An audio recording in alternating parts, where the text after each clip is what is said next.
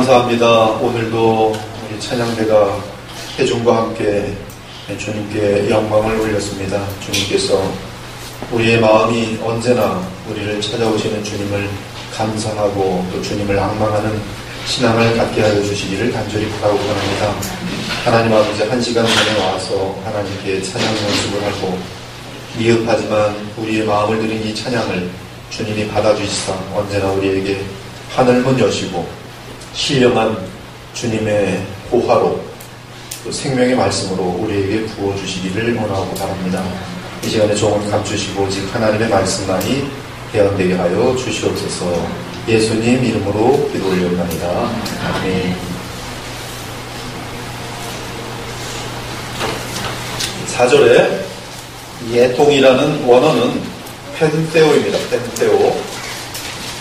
한번 쫓아보죠. 펜테오.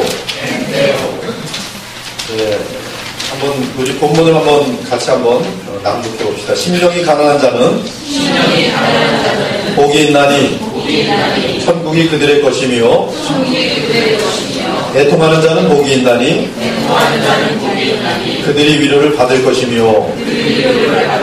여러분들이 이 강해가 진행될 때 계속 외우시면서 팔복을 외우시면 참 좋을 것 같아요. 심령이 가난한 자는 복이 있나니 천국이 그들의 것이며 애통하는 자는 복이 있나니 그들이 위로를 받을 것이며. 여기 애통이라는 원어는 펜세오입니다.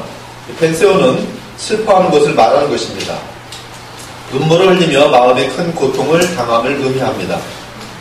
마태복음 9장 15절을 보면 애통은 너무나 슬픈 일을 당하여 식음을 전폐하고 슬퍼하는 것임을 보여줍니다. 예수께서 그들에게 이르시되 혼인집 손님들이 신랑과 함께 있을 동안에 슬퍼할 수 있느냐? 펜세오라고 되어 있습니다. 그러나 신랑을 빼앗길 날이 이르리니 그때에는 금식할 것이니라. 여기서 슬퍼하다는 원어 역시 펜세오로 되어 있습니다. 따라서 마태복음 9장 15절의 의미는 예수께서 십자가에 죽는 것을 볼 때 제자들이 금식하며 애통할 것이라는 뜻입니다. 정든 예수님이 십자가에 돌아가실 때, 이들 알죠? 완전한 의신일 때, 십자가에 그 무서운 형량을 당할 때 감당할 수 없는 슬픔과 고통을 당한 것입니다. 실제로 예수님께서 죽으셨을 때 제자들은 펜세오하였습니다. 막달라 마리아가 가서 예수와 함께하던 사람들이 슬퍼하며 펜세오, 울고 있는 중에 이를 알림해 제자들이 막 울고 애통하면서 울고 있었습니다. 막달라 마리아가 그들에 가서 예수님의 부활 소식을 알리는 장면이, 그들은 슬퍼하고 있었다, 애통하고 있었다, 펜세오하고 있었다. 보통 펜세오는 눈물을 흘리는 것과 함께 같이 사용됩니다. 즉 애통하며 눈물을 흘립니다. 슬퍼하며 애통하며 울지어다.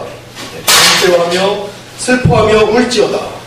너희 웃음을 애통으로, 너희 즐거움을 근심으로 바꿀지어다. 온 세상이 하나님의 심판에 의해 무너질 때 큰 성 바벨론이 제일 먼저 무너질 것인데, 이때 상인들이 쫄딱 망하고 애통하며 울 것입니다. 바벨론으로 말미암아 치부한 이 상품의 상인들이 그의 고통을 무서워하여 멀리 서서 울고 애통하여 이르되 화이또다, 화이또다. 큰 성이여 그러한 부가 한 시간에 망하였도다. 이 큰 성과 같은 성이 어디 있느냐 하며 칫돌을 자기 머리에 뿌리고 울며 애통하여 외쳐 이르되 화이또다, 화이또다. 이 큰 성이여 바다에서 배부리는 모든 자들이 너의 보배로운 상품으로 치부하였더니 한 시간에 망하였다. 완전히 망한 것입니다. 뭘 어떻게 해야 될지 몰라요. 그 큰 성 바벨론이 무너지는 것을 보면서 이 세상의 상인들이 애통하면서 울면서 이제 어떡하란 말인가, 지금 그런 장면입니다. 이처럼 우리는 여러 성경의 표현을 통해 애통의 개념이 무엇인지 충분히 알 수 있습니다. 즉 괴로워하면서 슬퍼하는 것이, 그래서 슬픔과 괴로움이 눈물로까지 동반되면서 나타나는 현상이 애통입니다. 예수님께서 말씀하셨습니다. 애통하는 자는 복이 있나니 그들이 위로를 받을 것이며. 사랑하는 여러분, 연약한 우리 인간들은 애통이라는 단어를 본능적으로 싫어합니다. 솔직히 고난과 슬픔으로 인해 애통할 때에, 예를 들어 사랑하는 사람이 죽거나 사고나 재난을 당하여 모든 재산을 다 잃고 난 후 애통할 때에 누가 그 애통을 복이 된다고 하겠어요? 우리 인간들은 본능적으로 신나고 정겨운 상태를 추구합니다. 따라서 애통하며 우는 자에 대하여 이 세상은 불쌍하다고 말하지 절대로 복이 있다고 말하지 않습니다. 애통하는 이유가 무엇이든 이 세상은 결코 애통하는 자들을 향하여 그들은 복되다라고 말하지 않습니다. 절대 그런 일이 없어요. 만약에 자녀를 잃고 애통하면서 눈물을 흘리는데 옆에 가서 애통하는 자는 복이 있나 이랬다간 그거는 아주 그냥 원수되는 것이죠. 이상이 있을 수가 없습니다. 사실 오늘 본문은 이 세상 사람들로서는 도무지 이해할 수 없는 말씀입니다. 어떻게 애통하는 자가 복이 됩니까? 세상 사람들은 하나님의 위로가 있는 애통을 모르기 때문에 애통하는 것이 복인 것을 영원히 깨닫지 못할 것입니다. 그러나 구원받은 자, 심령이 가난하여 거듭난 자들에게는 이 말씀이 깨달아집니다. 그리고 이 말씀이 깨달아지는 순간부터는 이 말씀은 너무나 달고 크신 하나님의 위로의 말씀이 됩니다.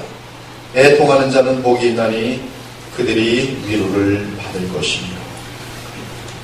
오늘 성령의 인도하심으로 거듭난 여러분들에게 이 말씀이 깨달아지길 바란 것이, 애통하는 자는 복이 있나니 그들이 위로를 받을 것입니다.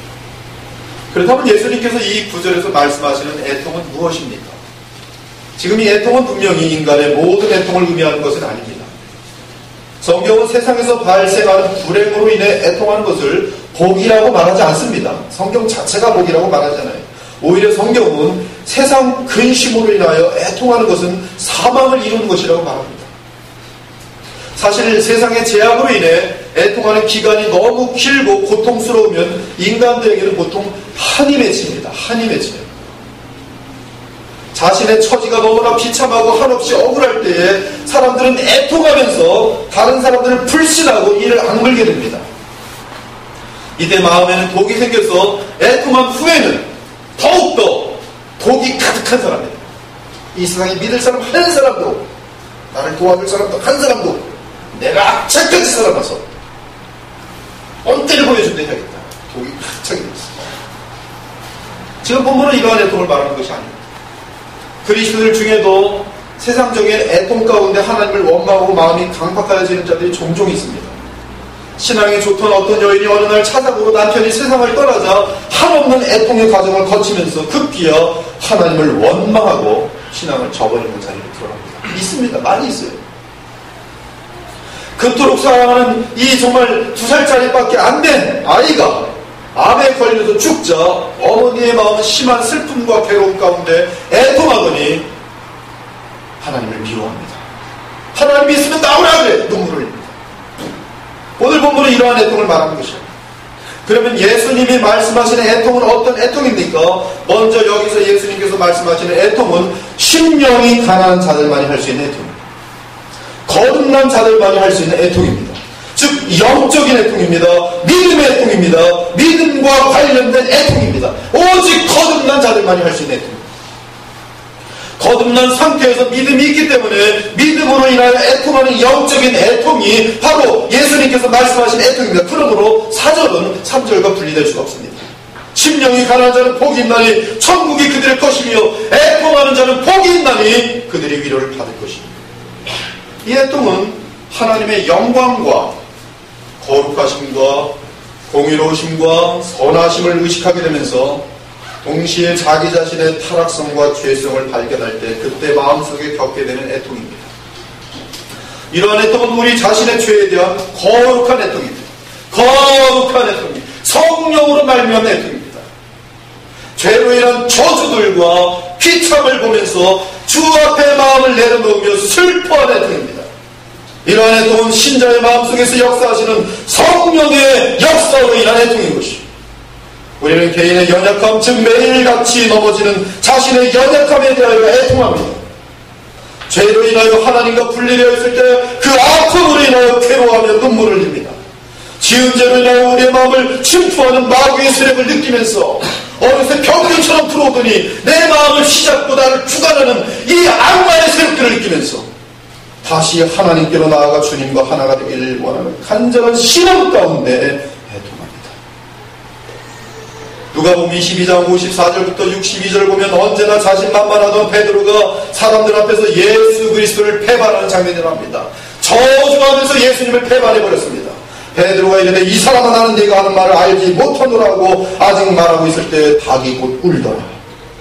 주께서 돌이켜 베드로를 보시니 베드로가 주의 말씀 곧 오늘 닭 울기 전에 내가 3번 나를 부인하리라 하심이 생각나서 밖에 나가서 심히 애통하니라.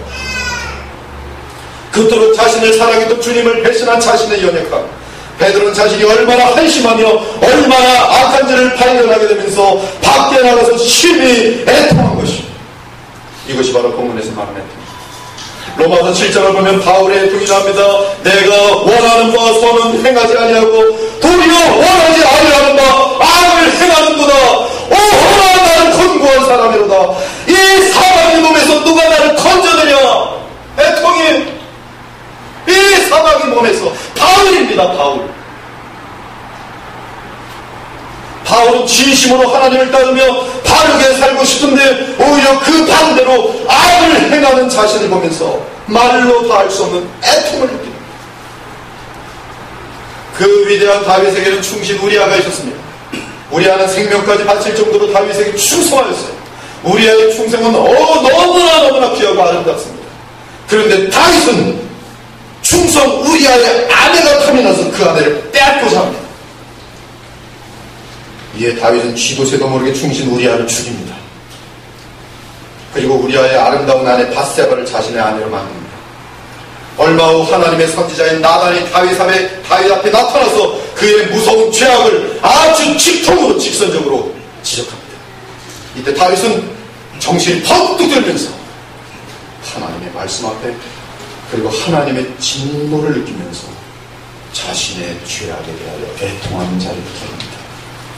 다윗은 날마다 베개와 침상을 적시며 애통합니다.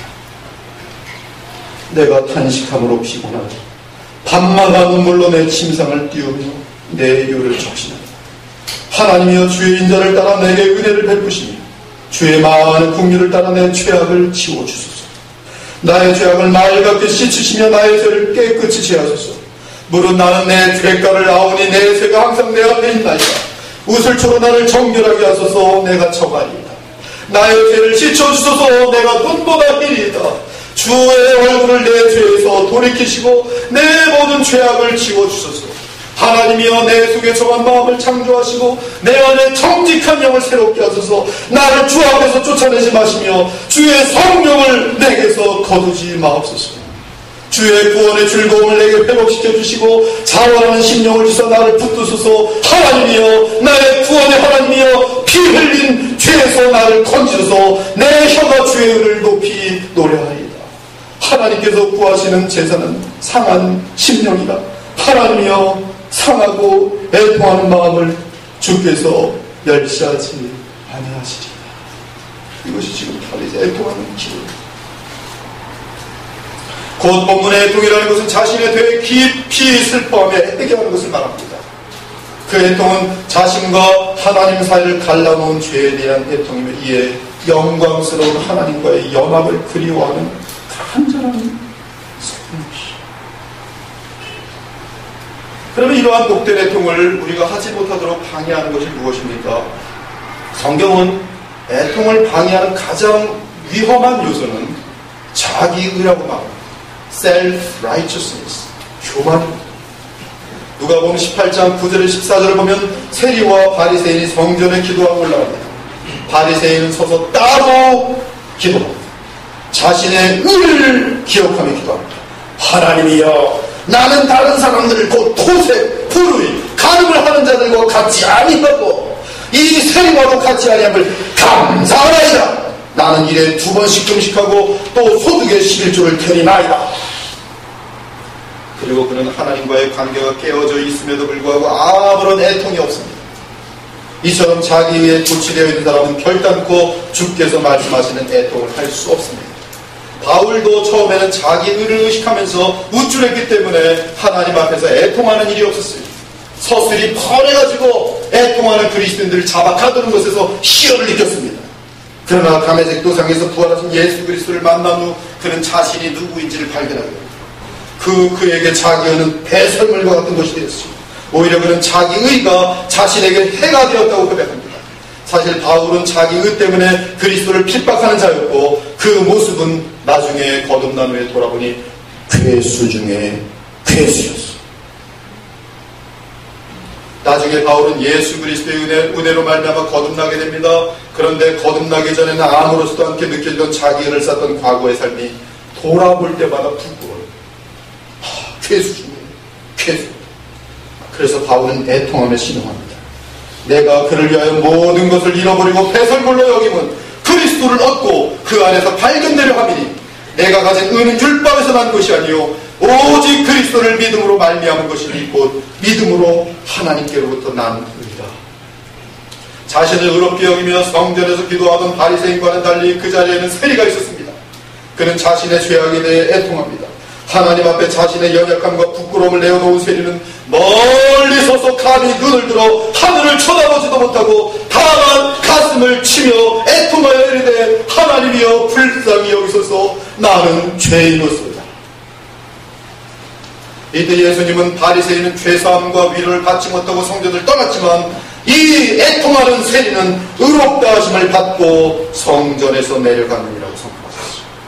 즉 세리는 그 자리를 떠날 때 죄사함의 확신과 함께 존귀하신 하나님의 위로와 사랑을 받고 떠난 것이 바로 이 세리가 애통하는 자의 복을 누린 자요 하나님의 위로를 받은 자입니다. 사랑하는 여러분, 죄를 지은 후에 하나님 앞에서 인간의 전적 부패함을 깨달으면서 세리처럼 하나님 나는 죄인 중에 죄인입니다. 이 죄로 인해 가슴이 찢어집니다. 주님 이 죄를 불쌍히 여겨주시고 자비를 베풀어 주옵소서. 이것이 애통합니다. 그렇게 애통하는 자에게 하나님의 위로가 있습니다. 그러나 자신을 의롭게 여기거나 지은 죄에 대하여 이러한 애통하는 마음이 없다면 그는 복 있는 자가 아닙니다. 하나님의 심판만이 기다리고 있습니다. 하나님의 자녀가 하나님의 크신 위로를 체험할 때는 지극히 겸손한 마음을 가지고 자신이 지은 죄에 대하여 비참한 마음을 가지고 애통할 때입니다. 그때 주께서 찾아오셔서 우리 마음을 어루만져 주시며 위로하십니다. 그리고 그리스도의 보혈을 근거로 하여 용서를 선포하여 주시고 성령을 부어주심으로 우리의 마음을 신눈같이 맑게 하여 주십니다. 이러한 따스한 주님의 손길을 체험하는 자는 주님 감사합니다. 주님 사랑합니다. 주님 제가 다지는 죄를 범치 않겠습니다. 주여 도와주시옵소서 라고 고백하면서 힘을 얻고 위로를 얻고 돌아가는 것입니다. 지극히 존귀하며 영원히 거하시며 거룩하다 이름하는 이가 이와 같이 말씀하시되 내가 높고 거룩한 곳에 있으며 또한 통회하고 마음이 겸손한 자와 함께하리니 이는 겸손한 자의 영을 소생시키시며 통회하는 자의 마음을 소생시키려 함이라. 애통하는 자의 마음을 하나님께서는 기뻐하시고 회복시키신다는 말씀. 나 여호와가 말하노라 무릇 마음이 가난하고 심령에 통회하며 내 말을 듣고 떠는 자들이여 그 사람을 내가 돌보리라. 여호와는 마음이 상한 자를 가까이 하시고 중심으로 통회하는 자를 구원하십니다. 사랑하는 여러분, 죄를 책망하시는 성령의 역사로 인해 그 깊은 마음속에서 애통하는 자들에게는 그 마음속에서 독이 빠져나오도록 되어 있습니다. 남편을 향한 미움의 독이 빠져나갑니다. 애통할 때. 자녀를 향한 섭섭함의 독이 빠져나갑니다.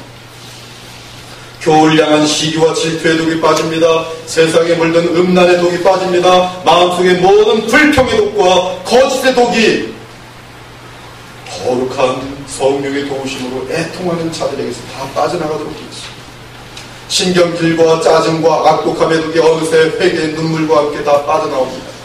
심지어 그리스도를 닮아가는 과정에서는 내 마음속에 주님을 향한 사랑 없음에 대해서 애통하게 될 때에 하나님은 그 마음속에 하나님을 향한 사랑의 마음을 듬뿍 주십니다. 나아가 주님을 위하여 그렇다 할 귀한 일을 해놓지 못함에 대하여 안타까움을 느끼며 내 인생을 돌아볼 때 내가 주를 위하여 행한 것이 무엇이고 그분은 나를 위하여 자신의 아들까지도 아끼지 아니하시고 그 생명을 주셨건만 또한 예수 그리스도는 자신의 생명까지 아끼지 아니하시고 내게 주셨건만 나는 내 인생에 그분들을 위하여 한 것이 무엇인가 돌아볼수록 초라한 인생을 보면서 애통할 때 하나님은 그를 도구로 사용하십니다. 둘째는 이 예수께서 말씀하신 애통은 영적인 애통으로서 공동체를 위한 애통입니다. 자기 자신은 그리스도 안에서 평강과 기쁨을 누리더라도 다른 교우들을 볼 때, 교회를 볼 때, 사회를 볼 때 애통하게 되는 것이, 특히 하나님의 교회로 인하여 애통합니다. 바울은 고린도 교회가 끔찍한 죄를 범한 성도를 아무런 건징도 없이 감싸려고 하자 왜 공동체의 죄악에 대해 통한이 여기지 않느냐고 도전합니다. 여기서 통한은 펜테오, 즉 애통입니다. 너희 중에 심지어 음행이 있다함을 들으니 그런 음행은 이방인 중에서도 없는 것이라. 누가 그 아버지 아내를 취하였다는가. 그리하고도 너희가 오히려 교만하여져서 어찌하여 애통하지 아니하며 어찌하여 통한이 여기지 아니하며 그 일 행한 자를 너희 중에서 쫓아내지 아니하며. 바울은 거룩한 주의 교회가 공동체 내에서 벌어진 끔찍한 죄악에 대해 슬퍼하고 괴로워야 하는 것이 마땅한 것인데 왜 애통하지 않느냐면서 괴로워하는 것입니다. 또한 바울은 늘 교회 때문에 애통하였습니다. 여러 번 자지 못하고 줄이며 목마르고 여러 번 굶고 춥고 헐벗어진다.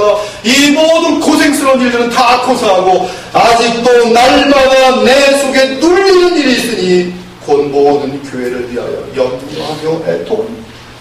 교회를 바라볼 때마다 바울은 괴로워합니다. 하나님의 말씀에 따라 서있지 못한 교회들을 볼 때마다 애통하면서 염려하면서 하나님께 부르짖습니다. 구약의 참 선지자들의 특징은 이스라엘 백성들의 죄악으로 인하여 애통하였습니다. 다니엘을 보십시오. 다니엘 9장은 다니엘의 기도가 얼마나 눈물로 가득 찬 기도인지 볼 수 있어요. 예레미야를 보시기 바랍니다. 왜 눈물을 흘립니까? 주님의 공동체로 인한 애통입니다. 느헤미야를 보십시오. 선지자를 보면 교회와 사회가 하나님을 떠나 하나님을 대항하는 것을 보면서 애통하며 기도합니다. 여호와의 말씀에 너희는 이제라도 금식하고 울며 애통하고 마음을 다하여 내게로 돌아오라 하였나니 너희는 옷을 찢지 말고 마음을 찢고 너희 하나님 여호와께로 돌아갈지니라. 성경은 말세가 되면 이단 세력들이 교회를 파괴할 것이라고 예언하고 있습니다. 이것은 예언입니다. 그렇게 되도록 되어 있습니다. 지금 이 땅의 교회 내에는 수없이 많은 거짓 가르침들이 있습니다. 귀한 말씀의 날에서 거룩한 하나님의 말씀이 선포되어야 되는데 세속주의의 설교들이 터져나오고 있습니다. 우리는 하나님의 백성들을 멸망의 길로 인도하고 또한 참된 생수와 하늘의 떡을 먹이지 못하는 이 시대의 교회를 보면서 애통해야 하는 것이죠. 또한 교회의 영광이 땅에 떨어질 때 예수님을 사랑하고 교회를 사랑하는 그리스도인들의 마음은 애통하는 마음을 갖게 됩니다. 얼마나 많은 신실한 주의 종들이 교회의 비참함을 보면서 애통의 눈물을 흘리는지요. 그리스도를 존귀히 여기지 않는 이 사회를 바라보면서 하나님의 말씀이 땅바닥에 떨어지고 하나님의 영광이 어둠 속에 묻힌 이 사회를 보면서 눈물을 흘리며 애통한 것이, 사실 이러한 애통은 신앙이 깊어가며 하나님의 마음을 알면 알아갈수록 저절로 마음속 깊은 곳에서 나오는 애통인 것이, 점점 이러한 애통은 심해집니다. 믿음이 깊어갈수록 하나님의 나라를 사모할수록 애통이 심해져. 하나님을 존귀하게 여기지 않는 성도들을 볼 때 마음속에 끝없이 애통합니다.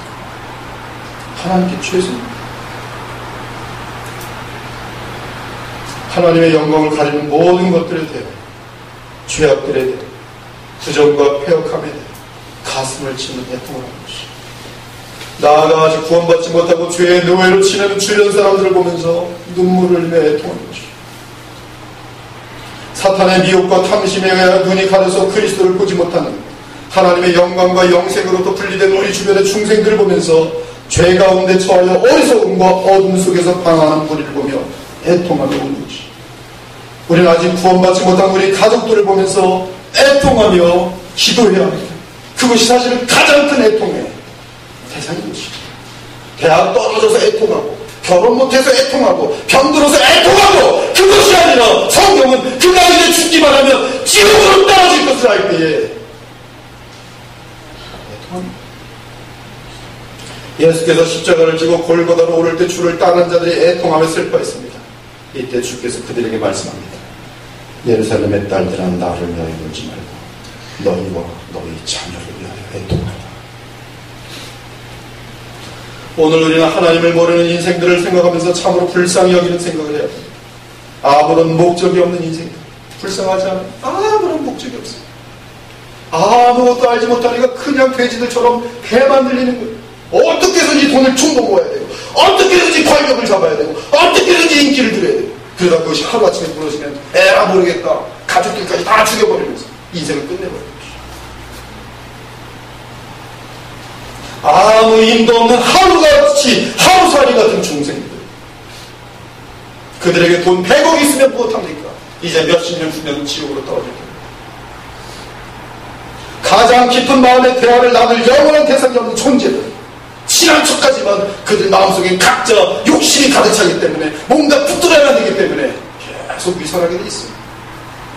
단지 이해타산적으로 유익이 될 것 같으면 친한 척하고 어제 친구가 오늘 나에게 손해가 될 것 같으면 다 배신해버리는 것이죠. 아무 친구가 없습니다. 우리는 날마다 우주의 왕이시며 영원하신 전능자 그리고 나를 사랑하신 데서 그 생명까지 바쳐 사랑하시는 주 예수 그리스도와 마음껏 사랑하며 마음껏 한없는 기쁨과 즐거움을 누리는데 저들은 그 기쁨과 즐거움, 그 평안을 모릅니다. 얼마나 불쌍합니다. 우리는 하나님의 나라에 나를 친히 성령 안에서 직접 누리면서 지복을 누리는데 하나님이 없는 인생들은 참으로 불쌍합니다. 정말 불쌍합니다. 정말 불쌍합니다. 정말 불쌍합니다. 이러한 생각을 하면 하나님이 없는 인생들을 향해 한없는 긍휼을 느끼며 마음이 아프게 되는 것이죠.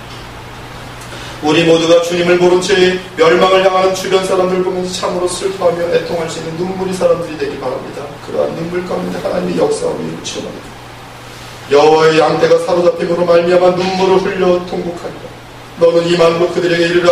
내 눈이 밤낮으로 그치지 아니하고 눈물을 흘리니 이는 처녀딸 내 백성이 큰 파멸 중한 상처로 말미암아 망함이니라. 하나님께서 이러한 탄식으로 애통하는 자를 찾으십니다. 여호와께서 이르시되 너는 예루살렘 성읍 중에 순행하여 그 가운데에서 행하는 모든 가증한 일로 말미암아 탄식하며 우는 자들의 이마에 표를 그리라. 하나님이 어떤 사람을 찾고 있다는 뜻입니까? 이 죄악된 세상을 향하여 애통하며 저들의 회개를 울부짖는 자들의 이마에다가 나의 종되리라 표를 인치란 것입니다. 우린 또한 하나님의 영생의 진리가 드러나지 못함에 대해서 애통해야 합니다. 아무도 열 수 없는 봉인된 책을 보며 그 책을 펼 수 있는 사람이 없는 것을 보고는 슬피우는 사도가 있었습니다. 바로 사도 요한이시오. 요한계시록 5장 1절의 4절 보면 보좌에 앉으신 분이 오른쪽에 책이 놓여있는데 그 책에 7인이 봉하여져 있습니다. 그 책 안에는 하나님의 크신 비밀이 담겨 있습니다. 이때 천사가 외칩니다. 누가 그 두루마리를 펴며 그 인을 떼기에 합당하냐 하나 하늘 위에나 땅 위에나 땅 아래에 능히 그 두루마리를 펴거나 보거나 할 자가 없다. 이에 내가 슬피 울며 애통하였느니라. 이때 사도 요한이 크게 울며 애통합니다. 사도 요한의 이러한 애통을 보고 장로 중에 하나가 말합니다. 울지 말라. 유다 지파의 사자이신 다윗의 뿌리가 이기었으니 이 책과 그 7인을 떼시다. 만왕의 왕 되신 주께서 사도 요한의 애통을 친히 떼게 해주신 것이다. 하나님께서 부족한 종에게 복음을 집중할 수 있도록 수년 동안 계속 인도해 주셨습니다. 이제 복음을 계속 반복하여 이제 복음을 하다 보니까 이 복음의 비밀들을 건너뛰는 분들이 많이 있어요. 이 복음을 알면 능히 넉넉히 죄성을 이길 수 있는데 이 복음을 배우기보다 알지 못하니까 계속 이기고 싶을 때 못 이기는 자신을 보면서 또 애통하고 눈물만 계속 흘리는 사람이 있어요. 로마서 7장에 바울처럼 오라 곤고한 사람이로다. 이 사망의 몸에서 누가 나를 건져내랴. 그 상태에 머무는 사람이 있는데 로마서 8장에 그 죄성을 이기는 승리의 비결이 있습니다. 우리 주 예수 그리스도를 말미암아 감사합니다. 그 주 예수 그리스도께서 보내시는 성령으로 말미암아 생명의 성령으로 말미암아 죄와 사망의 법에서 우리를 구원하시는 우리 주 예수 그리스도.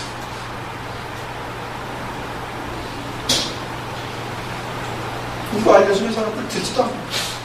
다른 거 보면 아주 야리꾸리한 요건 저거고 저건 저거다.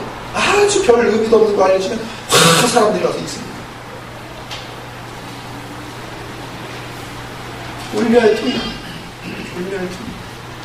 이 세상이 복음을 알 수 있도록 도와주옵소서. 사랑하는 여러분, 우리 예수님께서도 이 땅에 계시는 동안 세상의 죄악과 그의 죄의 결과를 많이 오셨어요. 예수님께서는 나사로의 죽음을 보시고 오셨습니다. 또한 마가복음 9장을 보면 목자 없는 양같이 방황하는 무리를 보시고 민망히 여기시며 애통하셨습니다. 십자가를 지시기 직전에 회개를 선포하고 복음을 선포함에도 불구하고 회개하지 않는 예루살렘을 바라보면서 심하게 애통하며 오셨습니다. 예루살렘아, 예루살렘아, 선자들 죽이고 내게 파송된 자들을 돌로 치는 자여, 암탉이 그 새끼를 날개 아래에 모음같이 내가 네 자녀를 보호려 한 일이 몇 번이더냐. 그러나 너희가 원하지 아니하도다. 보라, 너희 집이 황폐하여 버림받겠다. 지금 이 시간에도 우리 예수님께서는 말할 수 없는 탄식으로 애통하십니다. 또한 성령께서도 우리 안에서 탄식하시며 우리를 위하여 간구하십니다. 성령께서 우리를 위하여 애통하시면서 기도하십니다. 우리가 성령으로 충만하면 그 성령에 따라 애통하면서 기도하도록 되어 있습니다. 따라서 성령의 마음을 갖는 자들마다 자신의 죄악과 이 세상의 불의와 그리고 그 죄악 결과를 말미암는 비참과 저주들을 보면서 가슴을 치면서 애통하는 것입니다. 사랑하는 여러분, 하나님은 이러한 자들을 위로하십니다. 기뻐하십니다. 애통하는 자는 복이 있나니 그들의 위로를 받을 것입니다. 어떤 위로입니까? 첫째는 자신의 죄악에 대하여 애통하는 자는 예수 그리스도의 십자가의 보좌 앞에서 우리의 죄가 주홍처럼 붉을지라도 흰눈처럼 그 마음이 씻겨지는 위로를 받게 됩니다. 그 아들 예수의 피가 우리를 모든 죄에서 깨끗하게 하실 것이요, 죄와 실수를 인하여 하나님 앞에 설 수 없어 방황하는데 애통을 통하여 하나님의 용서와 하나님의 밝은 미소를 보게 되는 죄사함의 기쁨은 이루 말할 수 없는 최대의 일입니다. 저도 이 기쁨을 알아요. 모든 사람들이 손가락질하고 있을 때 하나님의 입에서 나오는 내가 너를 사하였다, 그리스도의 보혈 안에서 너를 사하였다, 그분들이 있었어요. 누가 정죄할 수 없어요. 하나님의 미소를 보았어요. 영원한 지옥에 합당한 죄악들에 대해 주 예수 그리스도의 보혈로 그 모든 죄악을 사면해 줄 때 그 위로가 얼마나 됩니까? 이와 같이 애통하는 자들은 주님의 위로를 받게 되는데 그 위로는 비가 온 후에 맑은 하늘을 보는 것 같습니다. 애통하기 전의 마음은 공해와 연기로 오염된 무겁고 죄악된 마음이었지만 애통 후에는 그리스도 안에서 하나님의 무한한 자비와 기쁨을 보았기 때문에 마음이 청명한 하늘. 그래서 하늘을 나는 종달새처럼 자유롭게 일어납니다. 1시간 전에는 무거워서 눈물을 흘렸습니다. 그러나 1시간 후에 애통하며 주님을 만났습니다. 성전을 나갈 때는 기뻐졌다. 하나님께 다 해결해 줄 것을 믿고 나갑니다. 둘째로 이 교회와 공동체와 이 사회로 인하여 애통하는 심령에는 하나님이 더 큰 자비와 은혜를 부으십니다. 이는 보좌 가운데 계신 어린 양이 그들의 목자가 되사 생명수샘으로 인도하시고 하나님께서 그들의 눈에서 모든 눈물을 씻어주실 것입니다. 세상을 바라보며 애통하는 자들에게는 말씀 속에서 하나님의 약속으로 인한 이 성령의 위로가 넘치게 됩니다. 이제 우리를 비참하게 만들고 이 사회를 하여금 죄로 실망하게 만드는 사탄의 세력이 물러갈 것이라는 하나님의 확신을 주게 됩니다. 하나님의 교회가 이 세상의 마귀와 죄와 죽음을 영원히 이기고 가나의 혼인 잔치처럼 최고의 승리의 포도주를 터뜨릴 날이 올 것임을 주님의 음성으로 붙들게 됩니다. 그날의 승리가 장래에 예비되어 있습니다. 따라서 주께서 나의 슬픔이 변하여 내게 춤이 되게 하시고 나의 베옷을 벗기고 기쁨으로 띄우셨느니라.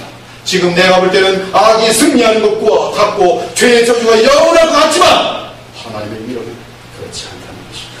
아무 때나 주의 때에 끝마치셨어요. 단지 네가 이러한 가운데서 더 큰 영적인 성장을 연기시키고 있습니다. 여호와의 속량을 받은 자들이 돌아오되 노래하며 시온의 이르러 그들의 머리 위에 영영한 기락을 띠고 기쁨과 즐거움을 얻으니 슬픔과 탄식이 사라지죠. 우리는 주의 약속대로 의와 거룩만이 존재하는 새하늘과 새 땅에 임하게 될 것입니다. 더 이상 저주도 없고 아픔도 없으며 애통이 없는 그 나라에 들어가게 될 것입니다. 속히 주님이 다시 오실 것입니다. 속히 주님이 다시 오셔서 여러분의 거룩한 애통을 기쁨으로 바꿔주실 것입니다. 여러분의 거룩한 애통을 위로하실 것입니다. 상으로 갚아주실 것입니다. 영원한 영광으로 갚아주실 것입니다. 내가 들으니 보좌에서 큰 음성이 나서 이르되 보라, 하나님의 장막이 사람들과 함께 있음에 하나님이 그들과 함께 계시리니 그들은 하나님의 백성이 되고 하나님은 친히 그들과 함께 계셔서 모든 눈물을 그 눈에서 닦아주시리니 다시는 사망이 없고 애통하는 것이나 곡하는 것이나 아픈 것이 다시 있지 아니하니 처음 것들이 다 지나갔습니다. 그러므로 우리는 지금 이 땅에서 살면서 내 자신 때문에 그리고 교회 때문에 이 사회 때문에 애통하게 되지만 하나님의 음성과 약속을 들을 때마다 바울의 고백처럼 근심하는 자 같으나 항상 기뻐하는 자, 애통하는 자 같으나 소망하는 자입니다. 사랑 여러분, 우리의 심령은 거듭난 심령이기 때문에 죄의 결과에 대해 이 사회의 죄악 때문에 구원받지 못하는 비참한 인생 때문에 애통합니다.